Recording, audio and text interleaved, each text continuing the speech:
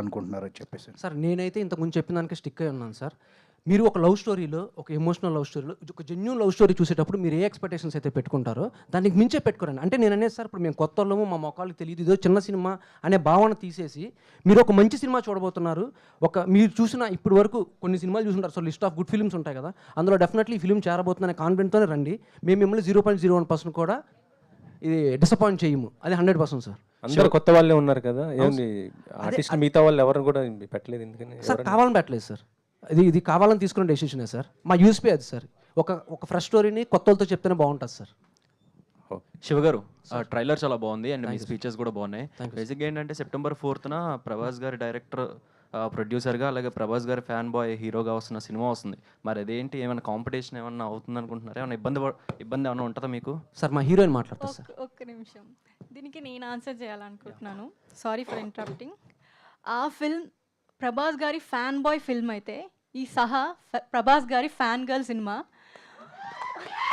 So మా ఆయన కథలు కూడా ప్రభాసే ఉన్నారు. మా వాళ్ళు నాకు కూడా సపోర్ట్ చేస్తారు. అక్కడ ఎంత సపోర్ట్ చేస్తారో మా వాళ్ళు నాకు కూడా అంతే సపోర్ట్ చేస్తారు. సో డైరెక్టర్ గారు, బేసిక్గా ఏంటంటే సినిమా లాస్ట్లో అంటే ఒక హ్యాపీ ఎండింగ్తో ఎండ్ అవుతుందా, లేకపోతే సాడ్ ఎండింగ్తో ఎండ్ అవుతుందా సినిమా అనేది ఎట్లా ఉంటుంది?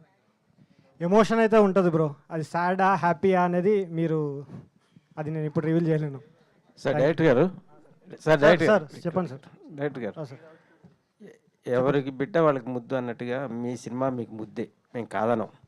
సో మీ కాన్ఫిడెన్స్కి మేము అభినందిస్తూ, ఆడియన్స్ పాయింట్ ఆఫ్ వ్యూలో ఏ సీన్స్ అట్రాక్ట్ అవుతారు, లవ్వా ఎమోషనలా, ఏ సీన్స్కి బాగా?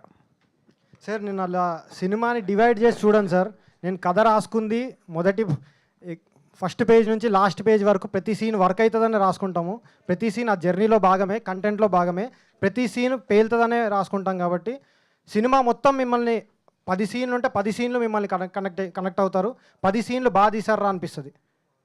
అది సార్. సాంగ్స్ పరంగా యూత్కి ఎంత అట్రాక్ట్ అవుతుంది? ఇప్పుడు ఇందాక చూపించే ట్రైలర్ బిట్స్ చూస్తే కొన్ని ఓల్డ్ ఏజ్ గెటప్లో కనిపించినాయి. అవును సార్. అవి ఎమోషనల్గా ఎట్లా ఉంటాయి అసలు సినిమాలో?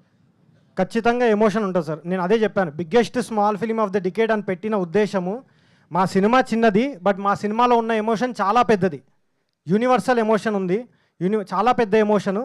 సో ఈ లాస్ట్ డికేడ్ అని పెట్టడానికి కూడా రీజన్ మేము ఏదో ఎవరితోనో కంపేర్ చేసుకోవడము, మేము కనబడాలి ఇది అని కాదు.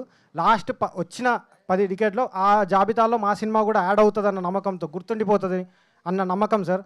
అది జనాలు డిసైడ్ చేస్తారు సార్. హీరో గారు, all the best. Thank you sir. Director గారు, మీరు రవితేజ గారు ఫ్యాన్ అని చెప్పారు. నాకు ట్రైలర్ అది